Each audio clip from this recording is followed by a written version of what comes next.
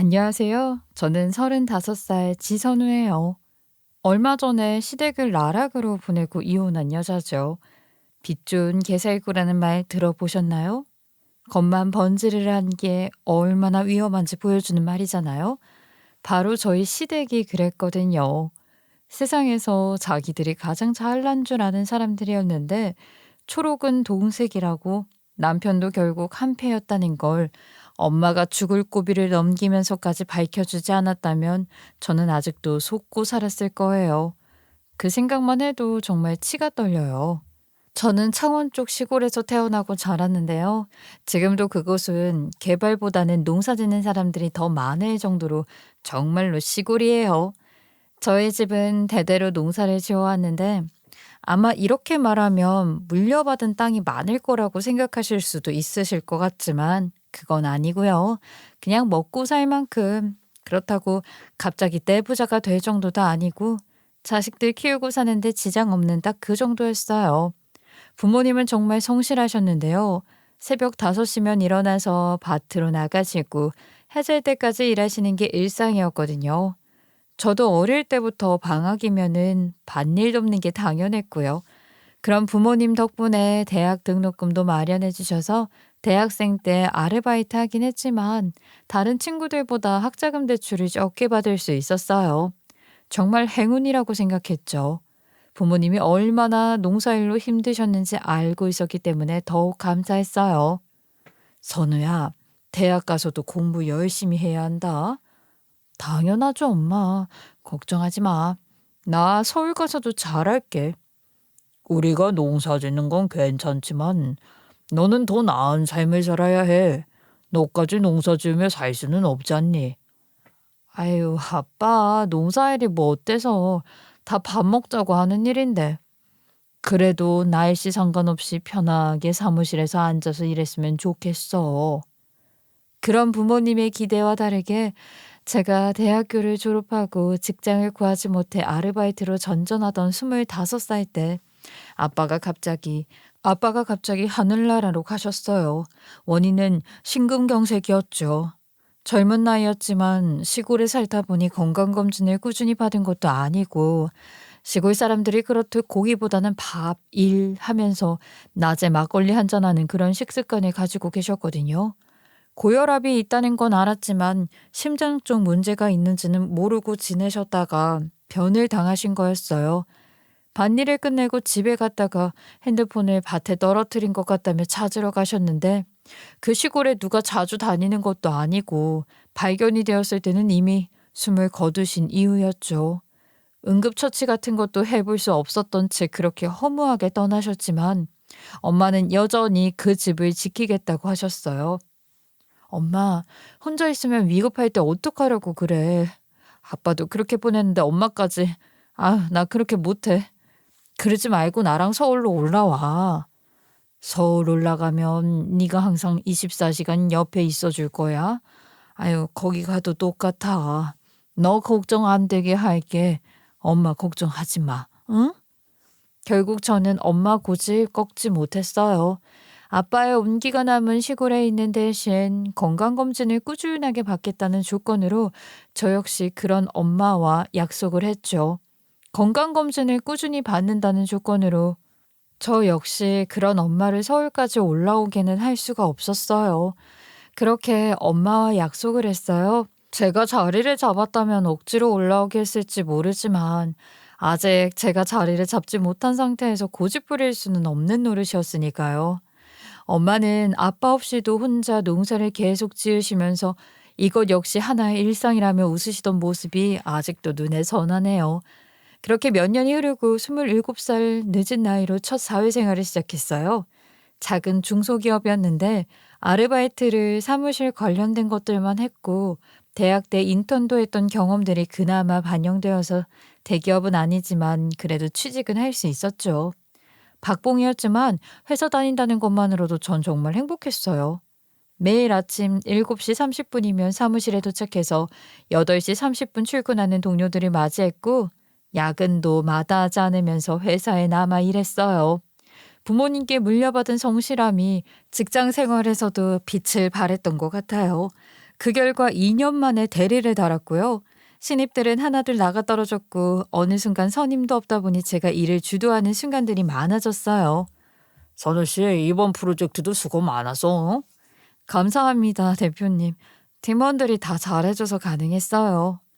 나는 선우 씨 겸손한 이런 점이 좋다니까. 솔선수범하고 책임감도 강하고.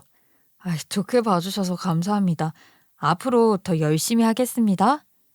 바쁜 프로젝트가 끝나면 하루 노는 날이 있었는데 그때는 아침부터 브런치 먹고 영화 보고 레스토랑 가서 점심 먹고 헤어지는 게 다른 직장과 달라서 힘든 일도 참을만 했어요. 5년을 버텼더니 저는 부장이 되어 있었고 중소기업이라 가능했던 일이지만 전 그 회사가 정말 좋았어요. 그러다 보니 뜻하지 않은 기회도 오더라고요. 선우 씨, 혹시 더 큰 회사로 이직할 생각이 있어? 사장님, 갑자기 왜 그런 말씀을? 내가 아는 대기업에서 경력직을 찾고 있거든. 선우 씨 정도면 충분할 것 같아서. 정말요? 제가 정말 대기업에 갈 수 있을까요? 당연하지. 선우 씨 일하는 거 몇 년 봤는데 그만하면 충분해. 덕분에 저 역시 그 기회를 놓치지 않고 돌고 돌아 30 초반에 대기업에 들어갔어요. 직급은 과장으로 낮춰졌지만 그마저도 좋더라고요. 드디어 대기업에서 일할 수 있게 된 거니까요. 이직하고 첫 회사에 출근했던 날 기대감에 부풀어 올랐지만 회사는 그렇게 저에게 따뜻하지는 않았어요. 그들은 이미 입사 때부터 몇 년간 동고동락했으니 끈끈했고 어디서 경력직 과장이라는데 젊은 여자가 왔으니 반길 리는 없었으니까요. 복사기 앞에서도 제가 들으라는 듯 손가락질까지는 안 했지만 이번에 새로 들어온 과장이 전야며 수근거리는 소리가 들렸고요. 회식 자리에서는 대놓고 저만 빼고 대화를 하기도 했죠. 하지만 저는 성실함 하나는 평생 농사만 지어온 부모님 피를 이어받아 자신 있었기 때문에 성실하게 임했어요. 남들이 본 척만 척해도 가서 말 한마디라도 걸고 과장이라고 아랫사람 시키는 게 아니라 제가 스스로 복사도 하고 커피도 타면서 적응하려고 애썼던 거예요. 그렇게 대부분 사람들이 저에게 호의적이지는 않았는데 딱 한 사람, 업무적인 일로 대하면서 무시하는 것도 아니고 그렇다고 특별히 잘해주는 것도 아닌 사람이 있었는데요. 바로 그 사람이 남편이었죠. 지 과장님, 이 자료 검토 부탁드려요. 네, 언제까지 필요하세요? 내일 오전까지면 될 것 같은데 무리인가요? 아니에요. 오늘 밤에 봐드릴게요. 감사합니다. 야근까지 시켜서 죄송해요. 괜찮아요. 일이니까요. 남편은 합리적인 사람으로 회사에서도 평판이 자자했어요. 이치에 맞으면 고개를 숙일 줄도 알고 자존감이 높은 사람이라고 평이 좋았거든요. 그래서 유일하게 저를 적대시하지 않았어요. 회사에서 아무나 돈 주고 부르지 않을 텐데 경력직으로 앉혔을 정도면 그만한 능력이 있을 거라고 생각하고 저를 과장 대우해주는 유일한 사람이었으니까요. 그나마 회사에서 저를 투명인간 취급 안 해주는 사람이 있어서 버틸 수 있었어요. 저 혼자 내적 친밀감이 하늘을 찔렀던 거죠. 사실 그때까지만 해도 남편에 대한 감정은 단순한 고마움 정도였어요. 하지만 매일 아침 사무실에서 마주치면서 안녕하세요 라고 인사할 때마다 그 묘한 설렘이 있었던 것도 사실이에요. 다른 사람들은 저를 마치 유령 취급하는데 남편 혼자서만 정상적으로 대해주니까 더 특별하게 느껴졌던 거죠. 그런 마음이 쌓이고 쌓여서 나중에 연인이 되는 밑바탕이 되었던 것 같아요. 그렇게 1년 정도 지나다 보니 서서히 회사 사람들도 저를 인정하게 되었고 저도 전보다 편하게 회사를 다닐 수 있었어요. 지 과장님 진짜 일 잘하시네요. 처음엔 나이도 어린데 경력직이라고 해서 좀 그랬는데. 아직 부족한 게 많아요. 더 배우려고 해요. 아니에요. 요즘 프로젝트 진행 속도 보세요. 확실히 달라졌잖아요. 고마워요. 덕분에 야근도 줄었네요. 그러다가 남편과 제가 가까워진 계기가 하나 있었는데요. 같은 프로젝트를 했는데 같은 팀이라고 어울리는 걸 함께하는 건 아니었어요. 저는 서포트 팀이고 남편은 실무팀에서 부족한 걸 보완해서 챙겨주는 게 제 임무였어요.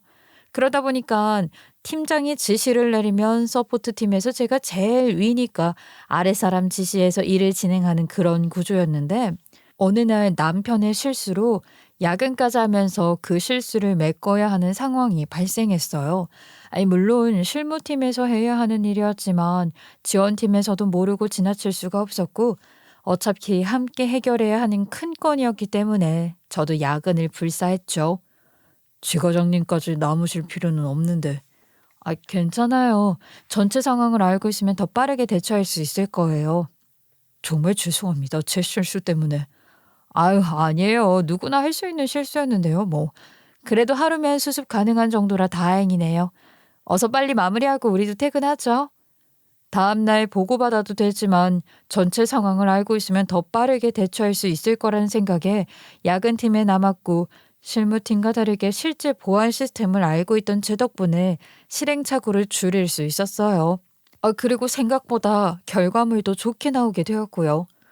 지과장님, 이번 일 정말 고생 많으셨어요. 제가 밥 한 끼 사겠습니다. 아니에요. 당연한 일인걸요. 아니에요. 덕분에 큰일 날 뻔한 걸 막았어요. 꼭 보답하고 싶어요. 그러면 오늘은 아직 일이 남아서 늦게 끝날 것 같고 내일 저녁 괜찮아요. 그 일이 마무리가 된 후에 남편이 저에게 밥 한 끼 사겠다며 다가왔고 호감을 보이면서 연인으로 발전을 하게 되었어요. 사내 연애가 빠르게 결혼까지 이어지는 건 그동안 같은 공간에서 봐왔던 게 있었고 거기에 호감이 더해지는 사건만 있으면 연인이 되는 건 아마 어려운 일이 아니라는 걸 그때 깨달았죠. 자연스럽게 나이도 있으니까 결혼까지 가게 되었어요. 결혼 이야기가 오가면서 남편이 자신은 아버지가 없다고 말을 하더라고요. 부모님이 이혼을 하셨더라고요. 남편이 대학교에 들어가면서 이혼을 하셨기 때문에 아마 상견례 자리에는 안 오시는데 결혼식에는 오실 수 있다고 말하기에 저는 뭐 그럴 수 있다고 대답을 했고 상견례 때는 저희 엄마 그리고 예비 시어머니와 저 남편 이렇게 넷이서 하게 되었어요. 한정식 집을 예약하고 엄마와 함께 먼저 도착해서 기다리고 있었는데 제 마음은 왠지 모르게 복잡해지기 시작했죠. 엄마가 혼자 오시는 것도 마음에 걸리기도 했지만 예비 시어머니가 어떤 분일지도 궁금하면서 하도 슈얼드 이런 이야기를 들어서 그런지 괜히 모르게 긴장이 되기도 했어요. 엄마는 평소보다 단정하게 옷을 차려입으시고 머리도 파마를 하고 오셨는데 그런 엄마 모습을 보니까 괜히 마음이 짠하더라고요. 평생 농사일만 하시면서 이런 격식 있는 자리는 처음이실 텐데 저 때문에 긴장하고 계시는 게 느껴졌거든요. 선우야, 엄마가 말 실수하면 어떻게 하지? 아유, 왜 이렇게 긴장이 되는지 모르겠다. 엄마, 걱정 마. 그냥 평소대로 하시면 되는 거지. 그래도 상대방이 교수라니 나 같은 촌사람이 뭘 알겠어. 아유, 엄마도 충분히 훌륭해. 테스트 보러 가는 것도 아니고 딸내미 이만큼 키워놨으면 잘하신 거예요. 그니까 자신감 가지세요. 응? 그렇게 기다리고 있는데 남편이 예비 시어머니와 함께 들어왔는데 첫인상부터 정말 달랐어요. 예비 시어머니는 깔끔한 정장 차림에 명품 가방을 들고 계셨고 걸음걸이부터가 뭔가 우아하고 세련된 느낌이 들었거든요. 반면 저희 엄마는 평생 농사일만 하시느라 손도 거칠고 피부도 그을러 있으셨는데 그 차이가 너무 극명하게 드러나는 게 보기가 좀 안쓰러웠어요. 하지만 엄마는 그런 제 마음을 모르시는지 웃으면서 정중하게 인사를 드리셨죠. 아이고, 어머님 안녕하세요. 전 지선우입니다. 어머, 사진보다 더 예쁘네요. 만나서 반가워요. 처음 뵙겠습니다. 아유, 잘 부탁드립니다. 혹시 저 고향이 삼척 아니세요? 그런데 갑자기 예비 시어머니가 저희 엄마를 아는 척하기 시작하는 겁니다. 알고 보니까 예비 시어머니랑 저희 엄마가 강원도 삼척 고향 친구였던 거예요. 친구라는 말이 좀 그런 게 예비 시어머니는 저희 엄마보다 2살이 어렸지만 어쨌든 같은 동네에서 자란 사이였어요. 그런데 그 순간부터 분위기가 참 묘해지는 거예요. 뭔가 저희 엄마를 아래로 보는 느낌이 확연히 드러나기 시작했거든요. 어머, 정말 오랜만이네요. 근데 언니, 정말 많이 변해서 나 몰라볼 뻔했어. 긴장할 때 눈치 껴드는 거 아니면 말이야. 큰 눈만 그대로고 다 변했네. 다 변했어. 아이고, 세월이 얼만데 당연히 변하지. 어릴 땐 그렇게 공부 잘해도 여자 팔자는 뒤숭박 팔자라더니 시집 잘못 가면 평생 고생하는구나. 아유, 언니 참 안 됐다. 아유, 안 되긴 뭐가 안 됐다는 거야. 나는 내 남편 좋아해서 결혼했고 이렇게 딸도 잘 키웠는데. 그래, 딸 하나 똑부러지게 키운 건 내가 인정해. 다른 사람도 아니고 우리 아들하고 결혼하게 됐으니 딸내미 굶어 죽을 걱정은 안 해도 되겠네. 그러면서 기승전결 자기 자랑으로 이어졌어요. 자신이 얼마나 성공한 인생을 살고 있는지, 교수가 되기까지 얼마나 노력을 했는지 늘어놓으시더라고요. 저는 그 모습을 보면서 좀 정말 불편했어요. 엄마를 무시하는 듯한 말투와 태도가 너무 노골적이었거든요. 저희 엄마는 그래도 웃으시면서 받아는 주고 계셨지만 제가 봐도 기분 좋지 않으실 게 뻔했어요.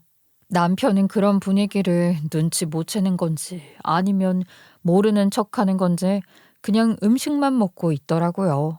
그러면서 뭐 해 먹고 사는지 무슨 일을 하는지 이런저런 이야기들이 오갔어요. 예비 시어머니는 집안이 잘 사는 대신 공부는 조금 못해서 피아노를 배워 음대에 진학하면서 지금 교수를 한다고 말했어요.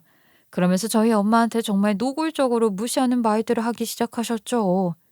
언니, 옛날에 동네 오빠들이 그렇게 좋아하던 그 미모가 햇볕에 그을려서 검버섯 생기고 아유 난리가 아니네. 아이 요즘 시골에도 화장품 가게 다 잘 되어 있잖아. 관리 좀 하지. 농사 지으며 사니까 어쩔 수 없지. 그 선크림 아무리 발라도 강한 햇볕에 하루 종일 있으면은 무용지물이더라고.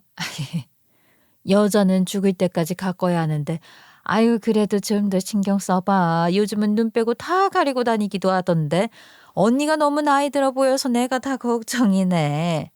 걱정은 무슨. 우리 딸 결혼 잘하면 그걸로 된 거지. 저는 그 대화를 들으면서 정말 화가 났어요. 아니 어떻게 첫 만남에서 이렇게 무례할 수 있을까 싶었거든요. 저희 엄마를 무시하는 그 태도가 너무너무 불쾌했으니까요. 엄마가 뭐라고 할 때마다 웃으며 그런 말은 안중에도 없는 당신 말씀만 하시니 그렇게 상견례는 정말 불편하게 끝났어요. 예비 시어머니는 계속해서 저희 엄마를 깎아내리는 말들을 했고 엄마는 그때마다 한마디씩 받아치셨지만 그런 걸 아랑곳하지 않은 시어머니였으니까요. 집으로 돌아오는 길에 저는 정말 기분이 상했어요. 어떻게 첫 만남에서 저런 식으로 대할 수 있을까 싶어서 화가 점점 치밀어 오르더라고요. 그런데요, 엄마는 오히려 담담하셨어요. 아유, 네 예비 시어머니가 나한테 열등감 같은 게 있어서 그런 거야. 걔 어릴 때부터 그랬어. 열등감? 오히려 엄마를 무시하는 것 같은데? 그게 열등감이야. 그때마다 내가 탁 쏴붙이면 또 조용해지는 성격이었는데 아니 쟤는 어쩜 커져도 변하지를 않았네. 아, 나 이 결혼 안 할까 봐. 엄마가 그런 대우 받는 거 나 보기 싫어. 전 정말로 진지하게 결혼을 포기할까까지도 생각을 했어요. 세상에 저와 엄마 단둘인데 제가 결혼하면 그런 불편한 자리가 계속 생기는 게 싫었거든요. 하지만 엄마는 또 웃으면서 말씀을 하셨어요. 네가 그런 성격 못 견딜 것 같으면 그만둬.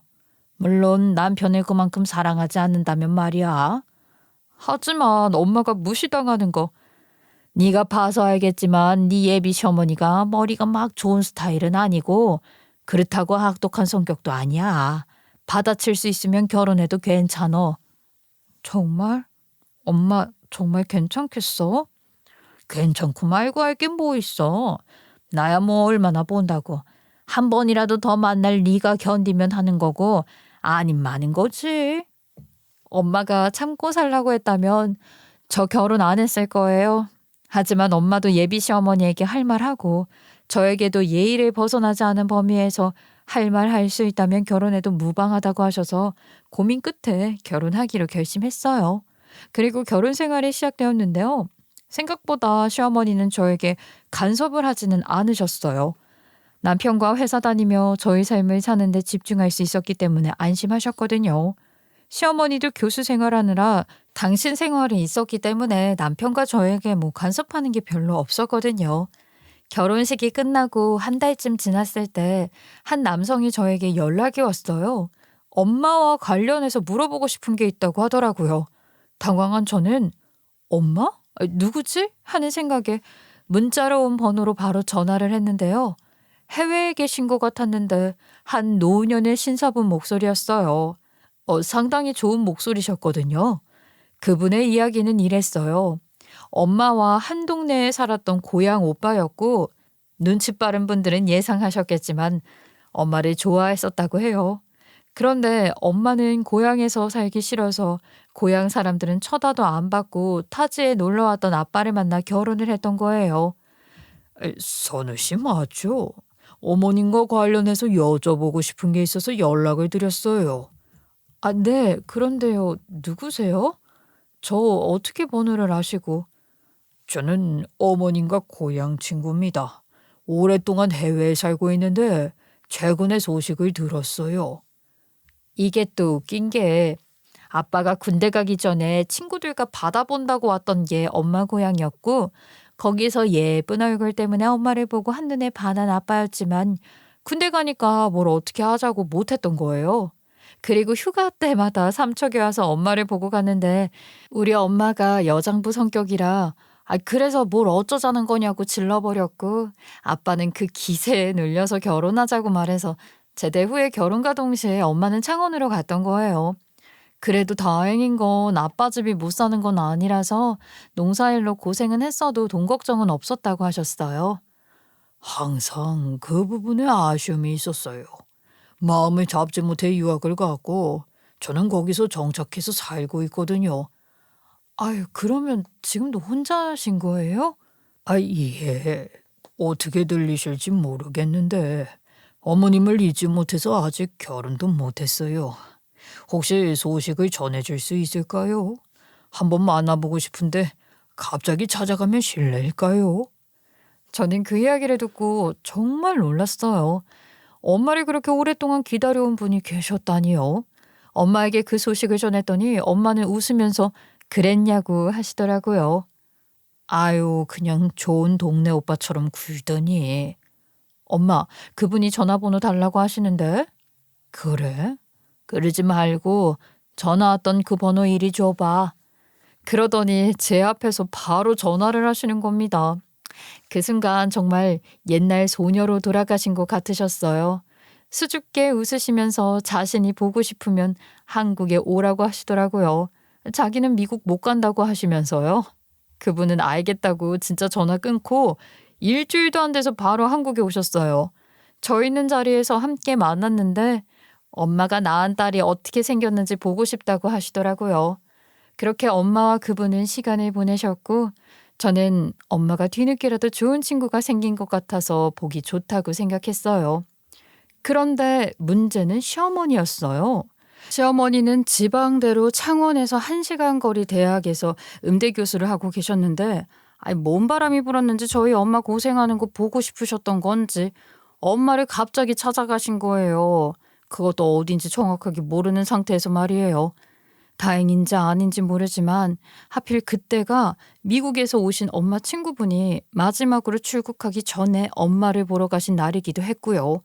인사하고 배웅하려고 마을 입구까지 걸어 나가신 터라 그렇게 셋은 삼자대면을 하게 되었대요. 예상하실지 모르겠지만 시어머니가 짝사랑했던 게 또 그 오빠분이었대요. 하지만 그분은 저희 엄마를 좋아했고 시어머니는 동생으로만 봤었기 때문에 홧김에 시어머니가 선을 봐서 아래 동네 청년과 결혼을 한다고 했을 때도 축하한다고 말하고 미국으로 가셨던 거예요. 하필 제가 엄마를 볼 겸 운전해서 모셔다 드릴 겸 겸사겸사 같이 내려갔던 터라 이 피 말리는 순간들을 다 함께 했어요.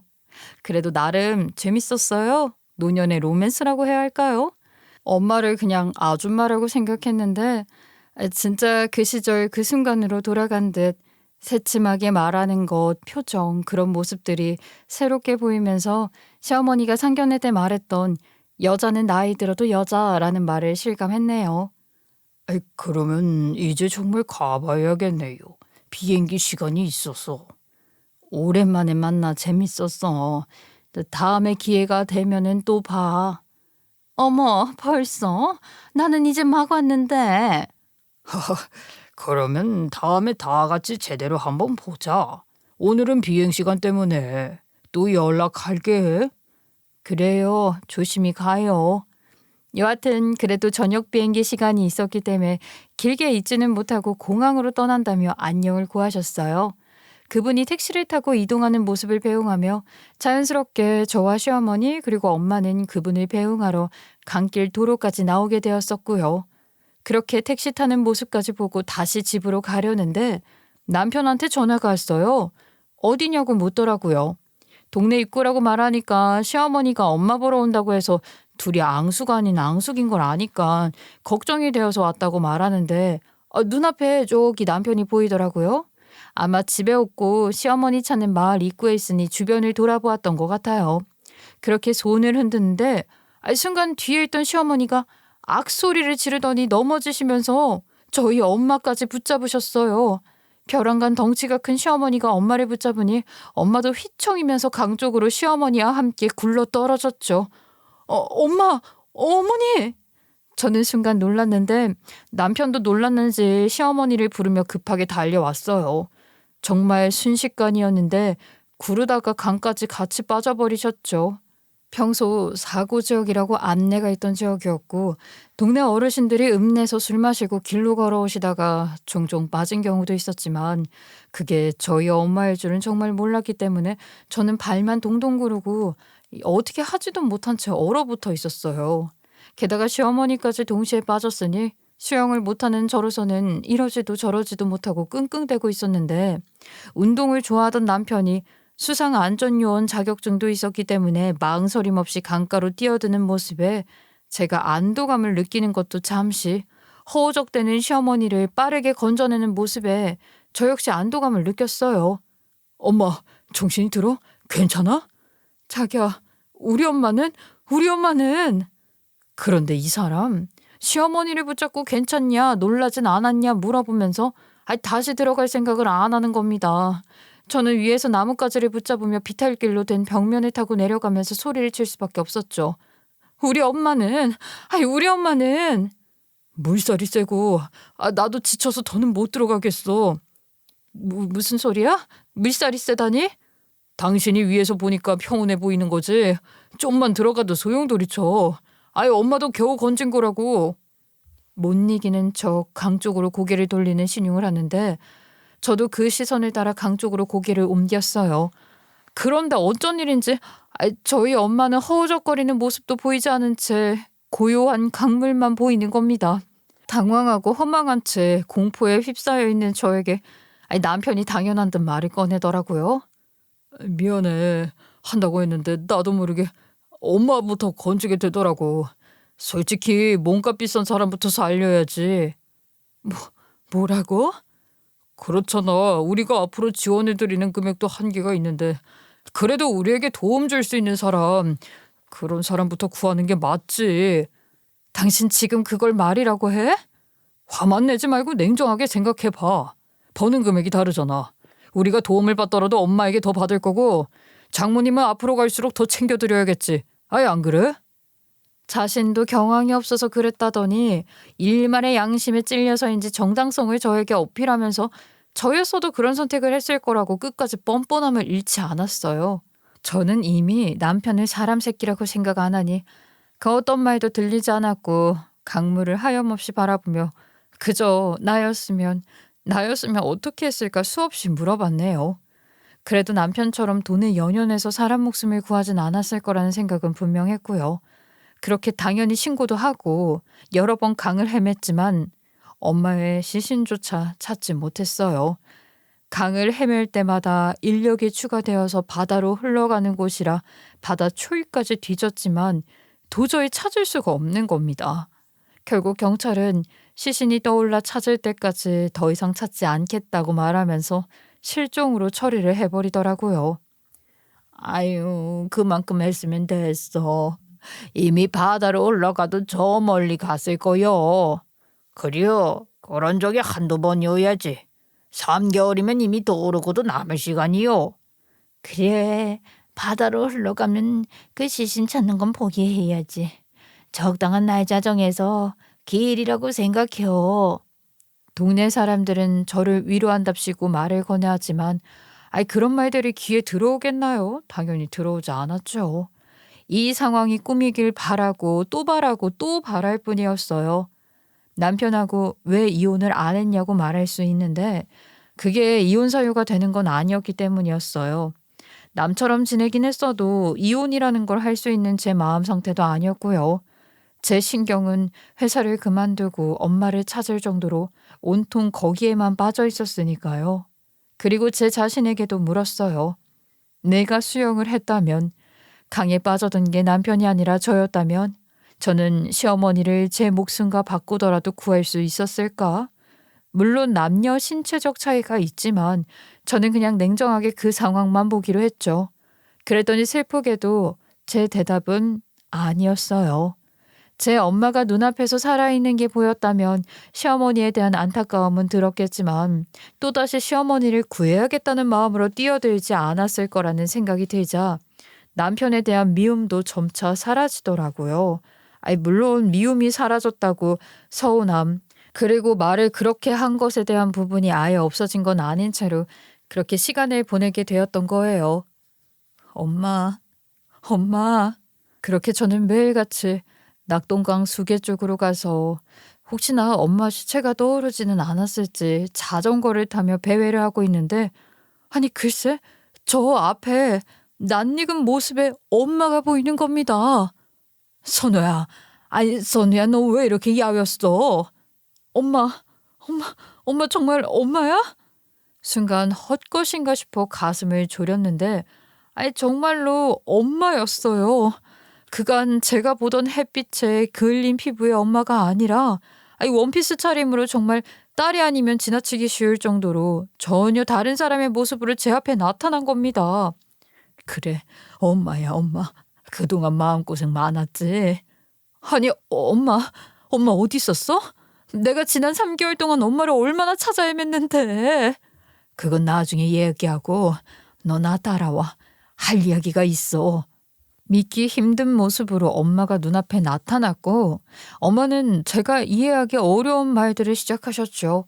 그 순간 드러난 진실에 시댁이 송두리째 무너지고 말았습니다. 뭔 얘기? 엄마 대체 어디 있었던 거야? 왜 연락도 안 하고? 선우야, 그날 강에 빠진 게 정말로 사고였을까? 엄마가 꺼낸 첫 마디에 저는 얼어붙을 수밖에 없었습니다.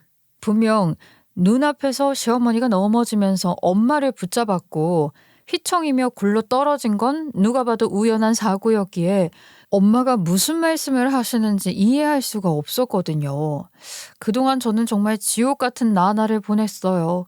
매일 아침 눈을 뜨면 엄마가 돌아오셨을까 하는 기대감으로 시작을 해서 밤에는 오늘도 소식이 없다는 절망감으로 잠들었었거든요. 강가를 수없이 오가며 혹시나 하는 마음으로 물가를 뒤지기도 했고 실종자 신고를 했지만 경찰에서도 더 이상 찾기 어렵다고 할 때는 정말 무너지는 기분이었어요. 그래서 남편과도 어색하게 지낼 수밖에 없었고요.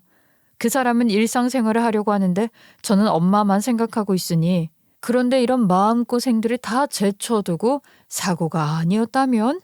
무슨 소리를 하고 싶으신지 짐작도 못한 채 저는 멍하니 엄마만 바라볼 수밖에 없더라고요. 엄마, 그게 무슨 말이야? 사고지. 사고가 아니면 대체 뭐였는데, 엄마? 너 놀라지 말고 들어. 엄마가 이야기하는 건 단순한 의심이 아니라 사실이니까. 네 시어머니가 나를 저 세상으로 보낼 작정이었어. 그게 무슨 소리야? 어머니도 분명 같이 굴러 떨어졌는데. 도저히 믿기 어려워 고개를 흔드는 저에게 엄마는 차분하게 진실을 말씀해 주시기 시작하셨죠. 그날 강에 빠졌을 때 시어머니가 의도적으로 엄마를 강 바닥으로 끌어내려고 했다고 하시는 거예요. 두 분 다 삼척 바닷가에서 자란 사람들이라 기본적인 수영은 할 수 있었는데 시어머니가 일부러 엄마를 물속에서 누르는 행동을 하셨다고 하시는 겁니다. 뭐? 어머니가? 대체 왜? 믿기 어렵겠지만 네 시어머니뿐만이 아니라 네 남편도 마찬가지였어. 말도 안 돼. 엄마가 허우적대는 모습도 보이지 않아서 더 들어가지 못한다고 그렇게 말하긴 했어도 그 사람이 왜? 네 시어머니 잡고 못 들어가면서 물속에서 날 발로 찼어. 물 위로 떠오르지 못하게. 그게 무슨 그럼 엄마는 그런 상황에서 어떻게? 두 모자가 엄마에게 했다는 행동들이 머릿속에 그려지더라고요.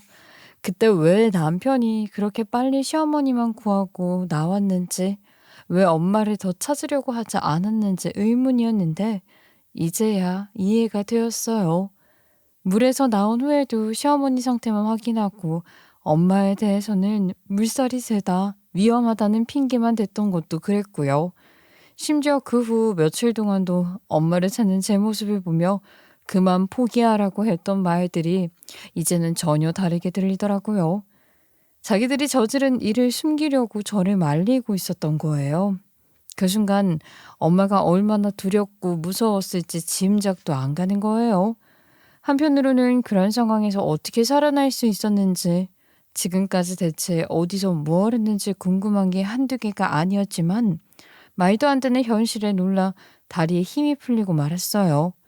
그리곤 그날 남편이 했던 말이 머릿속을 맴돌면서 시어머니만 구한 게 우연이 아니었다는 뜻이라는 걸 알아채자 심장이 두근거리면서 이 일을 어떻게 해결해야 할지 두려움에 사로잡혔죠.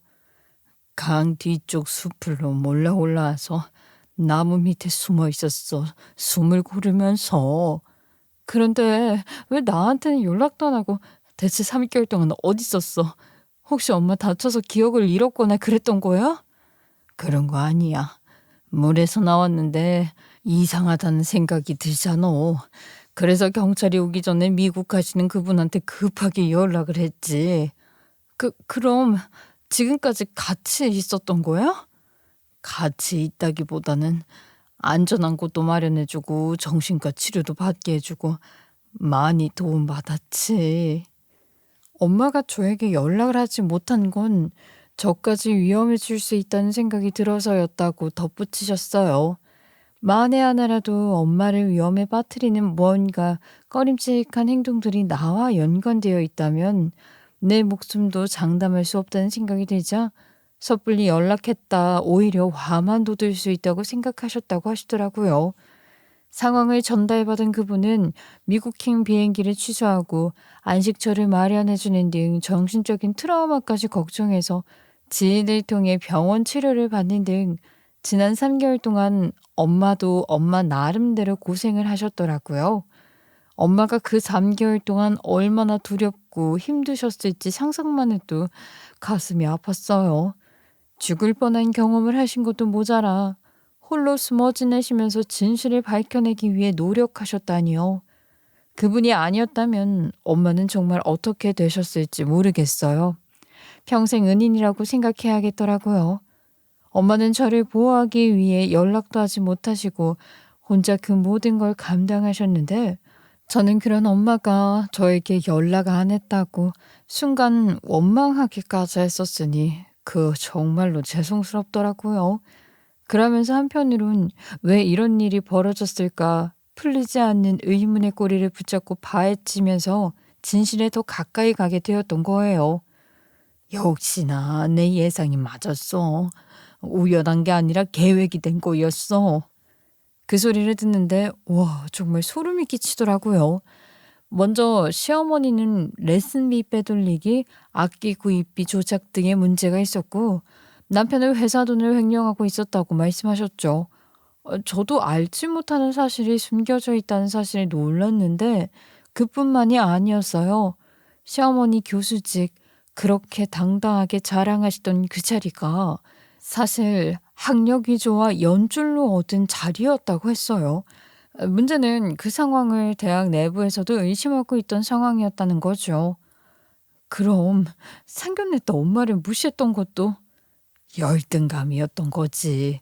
가짜로 살면서 진짜인 척 했으니까. 어머, 정말 어이가 없네. 그런 주제에 엄마를? 이제 다 밝혀졌으니까 됐어. 진실은 언젠간 드러나게 되어 있어. 실력도 안 되고 자꾸 잡음이 생기니까 지켜보며 무엇이 문제인지 알아보고 있었던 거예요. 그런데 이게 대체 엄마와 무슨 연관이 있나 의아해야 하던 찰나 미국에서 그분이 오시면서 이 모든 일들이 원래 하나의 덩어리처럼 들러붙으면서 그날 그 사건으로 이어졌던 거더라고요. 나도 몰랐는데 그 오빠가 귀국했다는 그 소문 하나로 나와 재혼한다는 말이 돌았다더라. 엄마도 오빠도 그런 생각을 한 적이 없는데 말이야. 너도 알다시피 엄마한테 열등감 있는 네 시어머니가 이 소리를 들었으니. 그래서 엄마를? 그래. 내가 없으면 자기가 그분과 연결된다고 생각했겠지. 그것도 아니면 엄마 재산이 너한테 가니까 그거라도 어떻게 해볼 심산이었고.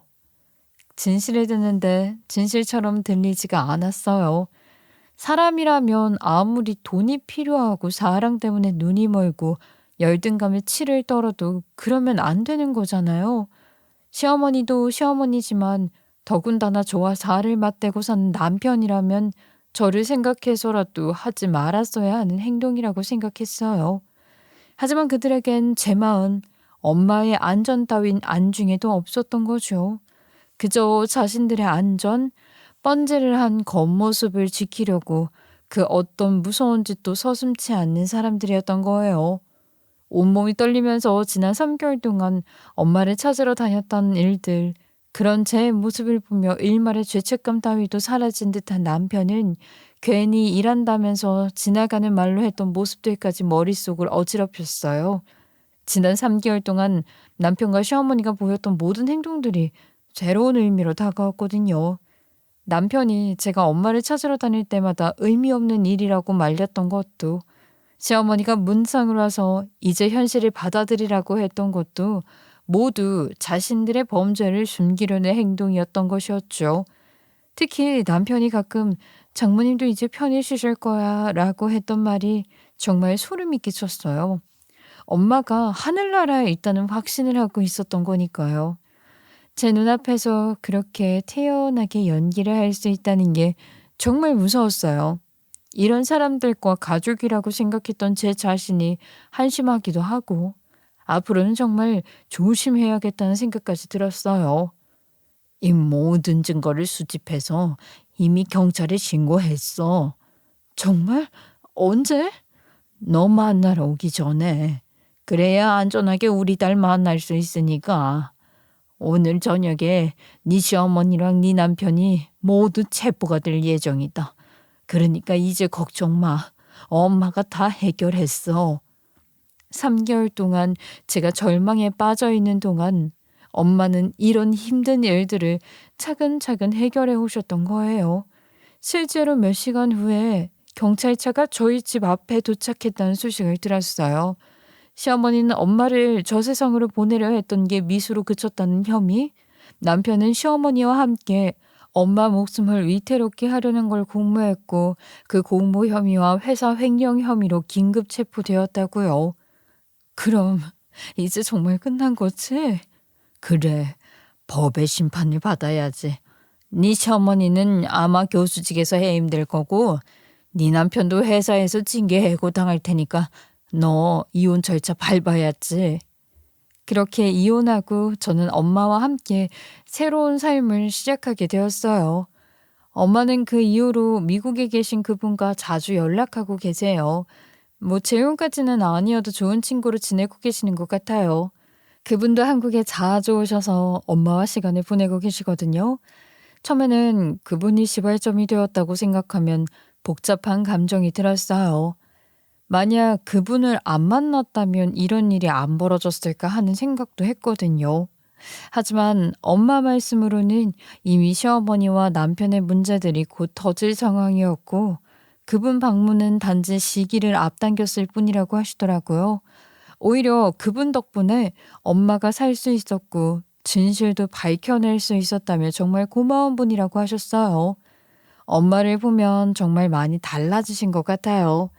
예전에는 농사일로 거칠어진 손과 햇볕에 그을린 피부 때문에 자신감이 없어 보이셨는데 지금은 당당하시거든요. 그분이 엄마에게 옷도 사드리고 피부 관리도 받게 해드려서 그런지 정말 젊어 보이세요. 무엇보다 표정이 밝아지셨고요. 이제는 누가 뭐라고 해도 위축되지 않으시는 것 같아요. 지난주에 그분이 다시 한국에 오셨을 때 저도 함께 만났는데 정말 좋은 분이시더라고요. 엄마를 대하는 태도가 너무 정중하고 따뜻하셨어요. 엄마가 좋아하시는 이유를 알 것 같았어요. 엄마, 그분과 어떻게 지내실 생각이야? 글쎄, 아직은 친구로 지내는 게 좋을 것 같은데 성급하게 결정할 일은 아니니까. 그분 정말 좋은 분 같은데 엄마를 그렇게 아껴주시고 고마운 분이지. 하지만 난 이제 혼자서도 충분히 행복해. 네가 있으니까. 엄마가 행복하면 나도 좋지. 그분이 엄마를 행복하게 해주신다면 더 좋고. 아휴, 고맙네 우리 딸. 엄마가 뭘 하든 지지해줘서. 저는 지금 새로운 직장에서 다시 시작하고 있어요. 비록 힘든 시간을 겪었지만 엄마가 살아계시다는 것만으로도 감사하고 진실을 알게 되어서 더 이상 그런 사람들과 엮여 살지 않아도 된다는 게 정말 다행이에요. 새 직장은 규모는 작지만 사람들이 따뜻하고 정직한 곳이에요. 면접 때 이혼 사유를 물어보셔서 솔직하게 말씀드렸더니 오히려 힘든 일을 잘 견뎌냈다며 격려해 주시더라고요. 일을 시작한 지 6개월이 지났는데 예전보다 훨씬 편안해요. 누군가 눈치를 보거나 의심할 필요가 없으니까요. 동료들도 제 상황을 어느 정도 알고 있어서 배려해 주시고 무엇보다 정직한 일을 하고 있다는 게 마음을 편하게 해줘요. 예전 회사에서는 남편 때문에 항상 조마조마했었는데 지금은 그런 걱정이 전혀 없거든요. 퇴근 후에는 엄마와 함께 시간을 보내요. 요리도 함께하고 산책도 함께하고 때로는 영화도 보러 가죠. 단순한 일상이지만 정말로 행복해요. 엄마도 농사일을 완전히 그만두시고 이제는 작은 텃밭 정도만 가꾸시면서 여유롭게 지내세요. 엄마, 요즘 어때? 나랑 지내니까 심심하지는 않지? 그럼 우리 딸이랑 같이 지내니까 하나도 안 심심하지. 낮에도 책도 읽고 그분이랑 전화도 하다 보면 하루가 후딱 가. 그분이 자주 연락하시나 봐. 거의 매일. 한국 생활은 어떤지 뭐 먹었는지 아이고 다 늦어 단짝 친구가 생긴 기분이야. 그렇게 말씀하시며 해맑게 웃는 엄마를 보니 저도 마음이 편안해졌어요. 바쁜 일상에 야근이 있을 때면 엄마를 챙기지도 못하는데 제 대신 챙겨주는 사람이 있다는 게 든든하더라고요. 그리고 검찰에서는 시어머니에게 사람을 해했다는 미수와 사기, 횡령 등으로 징역 15년을 구형했고 남편에게는 시모를 도왔다는 공모와 횡령으로 징역 12년을 구형했어요. 아니라고 발뺌해도 소용없었어요. 증거가 너무 명확했고 시어머니가 동네 친구에게 엄마를 질투했던 증언까지 더해졌거든요. 특히 물속에서 엄마를 발로 차고 했던 부분들은 엄마가 직후 병원에서 진료 기록까지 남긴 덕분에 상처가 일치했다는 점에서 그 죄질이 나쁘다고 형량이 추가되기도 했어요. 재판 과정에서 시어머니의 진짜 모습이 다 드러났는데요. 학력 위조는 기본이고 레슨비 빼돌리기, 악기 구입비 부풀리기 등 온갖 사기 행각이 밝혀졌거든요. 남편도 마찬가지였고요. 회사 돈을 몇 년간 빼돌렸던 것도 모자라 다른 동료들 명의로 대출까지 받아서 횡령한 금액이 상당했더라고요. 가장 충격적이었던 건 그들이 엄마를 해치려 했던 계획이 꽤나 치밀했다는 거였어요. 강가로 유인해야 한다는 것 등 어떻게 할지 사전에 모의를 했더라고요. 그래서 그날 계획했던 날은 아니지만 그날 아니면 또 언제 그런 자연스러운 조건이 만들어질지 모른다고 생각해서 시어머니가 강행했던 것이고 남편은 그런 이야기를 사전에 했으니까 혹시 무슨 일이 생기지 않을까 걱정된다는 척 왔던 거였죠. 정말로 무서운 사람들이었어요. 일로 세상에는 정말 겉과 속이 다른 사람들이 있다는 걸 뼈저리게 느꼈어요. 하지만 결국 진실은 드러나게 되어 있고 권선징악은 반드시 이루어진다는 것도 깨달았네요. 빚준 개살구라는 말이 어떤 뜻인지 이제야 확실히 알겠더라고요. 재판을 지켜보면서 정말 어이가 없었어요. 끝까지 자신들은 억울하다며 거짓말을 늘어놓는 모습을 보니 저런 사람들과 가족이었다는 게 소름 끼쳤거든요. 특히 남편이 실수였다, 그럴 의도가 아니었다며 변명하는 모습은 정말 한심했어요. 하지만 법정에서 모든 증거가 제시되고 증인들이 증언할 때마다 그들의 거짓말이 하나씩 하나씩 무너져 내리는 걸 보면 속이 시원했죠. 악한 일을 저지르면 반드시 대가를 치르게 되어 있다는 것도 실감했고요. 이제 네가 편해지고 좋은 사람 만났으면 좋겠어. 나? 아직 됐어. 그 일 끝난 게 얼마나 되었다고. 사람은 사람으로 있는다는 거 모르니? 나도 그 끔찍한 일을 겪었지만 그분 덕분에 다시 편하게 일상생활을 하잖니. 사람한테 받은 상처는 사람으로 치유해야 해. 안 그러면 곰고 또 굶어서 썩어 문드러져. 알겠어. 노력해 볼게. 그래도 당분간은 어려울 것 같아. 그건 이해해 줄 거지? 엄마가 말씀하시는 것처럼 언젠가는 다시 사랑할 수 있을지도 모르겠지만 지금은 서두르고 싶지는 않아요. 이번 일로 사람을 보는 눈을 기르는 게 얼마나 중요한지 깨달았거든요. 겉으로 드러나는 모습만 보고 판단하면 안 된다는 걸 뼈저리게 느꼈어요. 엄마와 함께 보내는 지금 이 시간들이 정말로 소중해요. 매일 아침 엄마의 안부 인사로 시작해서 저녁에 함께 밥을 먹고 주말에 손잡고 산책하는 평범한 일상이 기적 같아요. 예전에는 당연하게 생각했던 것들이 이제는 얼마나 귀한 건지 알겠더라고요. 빚 좋은 개살구 같은 사람들 때문에 힘든 시간을 보냈지만 그 덕분에 진짜 소중한 게 뭔지 깨달았어요. 엄마가 살아계시고 진실이 밝혀져서 더 이상 그런 사람들과 엮여 살지 않아도 된다는 것만으로도 충분히 행복하거든요.